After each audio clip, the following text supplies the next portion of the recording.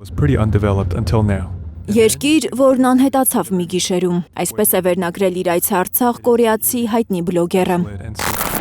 Յանգ Մինը, որ Արցախ անունն առաջին անգամ լսել է 2020 թվականին 44-օրյա պատերազմի ժամանակ, մի քանի օր առաջ է տեսել Արցախը, առանց հայերի։ Սիրում եմ ճամփորդել հատկապես այնպիսի վայրեր, որոնց մասին շատերը չգիտեն։ Բացի դա, Արցախի պատմությունն իմ սրտին մոտ է, քանի որ իմ ընտանիքը նույնպես անցել է պատերազմի բռնաճնշումների գաղթի միջով։ Այս թեմաները շատ զգայուն են ինձ համար։ Այդ պատճառով էլ որոշեցի, քանի դեռ հնարավորություն ունեմ, իմ աչքերով անպայման տեսնել Արցախը։ Յանգ Մինը սկզբում ուզել է Բաքվում մի մեքենա վարձել այնտեղից մենակ ճամփա դեպի Արցախ, չիմանալով, որ Ադրբեջանի կառավարության որոշմամբ Արցախ ելումուտը միայն հատուկ թույլտվությամբ է հնարավոր։ Վերջին պահին մի տուր գտա $80, արագ վերցրի դա, առաջարկում էին նաև անհատական տուր $300։ Ընտրեցի խմբայինը, որը բավականին տանջալի էր։ The tour was very hard. Իր կյանքի ամենատանջալի ուղևորություններից է եղել, դժգոհում է կորեացի բլոգերը հենց իր պատրաստած տեսանյութում բողոքելով ադրբեջանցի զբոսավարի վարքից։ There were 5 others traveling. Խմբում 6 զբոսաշրջիկ էինք, 4-ը Հնդկաստանից, մեկը Իտալիայից, մյուսն էլ ես էի։ Ամբողջ ճանապարհին խոսում էինք, թե ինչքան հիասթափված ենք։ Այսինքն միայն ես չեմ դա նկատել։ Վարորդը մեզ նույնիսկ չողջունեց, արագ տեղավորեց մեքենայում ու շարժիչը գործի դրեց։ 1.5 ժամ հետո կանգ առանք մի տեղ 20 րոպեով, հետո շարունակեցինք ճանապարհը։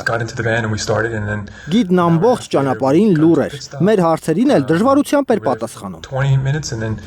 Ավերակ դարձած տներ, շենքեր, դատարկ փողոցներ, ծանր լռություն։ Սա այն է, ինչ տեսել են ճանապարհին զբոսաշրջիկները, պատմում է Յանգ Մինը։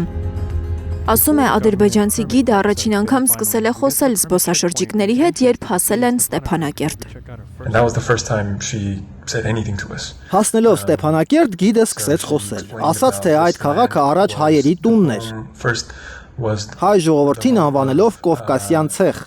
Armenians, a Caucasus tribe. Ես այնքան լավ եմ հիշում այդ ձևակերպումը։ Հետո անցավ ավելի բացասական խոսույթի, թե բա հայերը նախկինում օկուպացրել էին այդ հողերը, ոչ լեգիտիմ կառավարություն սարքել։ Talking about illegal occupation. Զբոսաշրջիկները խնդրել են վարորդին կանգնեցնել մեքենան, որպեսզի իջնեն, քայլեն Ստեփանակերտում, բայց թույլ չեն տվել։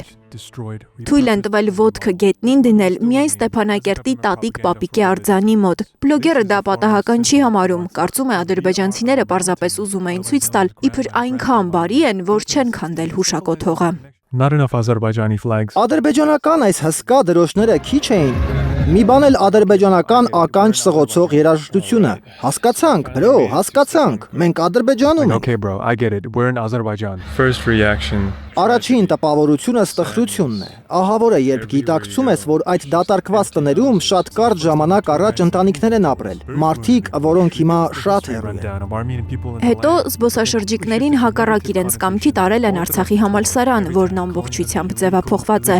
Այն հիմա կոչվում է Ղարաբաղի համալսարան։ I was furious. Ես զայրացած էի, որովհետև մեր տեղաշարժը շատ էին սահմանափակում։ Անընդհատ խնդրում ենք, որ թույլ տան տեսնենք քաղաքը, հայոց պատմությունը, բայց մեզ անընդհատ ասում էին ուշ է, դեռ պետք է համալսարանը տեսնեք։ Մինչդեռ մենք ուզում էինք այս հայկական եկեղեցին տեսնել, իսկ նրանք ամեն կերպ շրջանցեցին, որպեսզի չտեսնենք այն։ Ինձ սկսեց մտահոգել հայկական եկեղեցու ճակատագիրը։ Ադրբեջանի կառավարությունը ամեն կերպ փորձում է թաքցնել, թաղել հայկական հետքը Արցախում։ Այսպիսի տպավորություն է ստացել Յանգ Մինը։ Պատկերացնում էի, ինչ մեծ սիրով ու վառ հիշողություններով են այդ դատարկ տները ժամանակին լցված եղել։ Այդ ծանր զգացողությունն ինձ հանգիստ չէր տալիս։ Երբ բարձր լեռներից նայում էի դատարկված քաղաքին, պատկերացնում էի, ինչպիսին կլինի այս քաղաքը 10 տարի հետո։ Գուցե անճանաչելիորեն փոխված լինի, տներն ու շենքերը վերանորոգված լինեն, բայց քաղաքը նույնը չի լինի, հոգի չի ունենա։ The soul, the foundation of it will be gone. Կորեացի բլոգերը ներողություն է խնդրում բոլոր արցախցիներից, որոնց ցավ է պատճառել իր ուղևորությունը։ Իր նպատակը ամենևին էլ հայերին ցավեցնելը չէ, պարզապես ուզել է ցույց տալ Արցախը հիմա։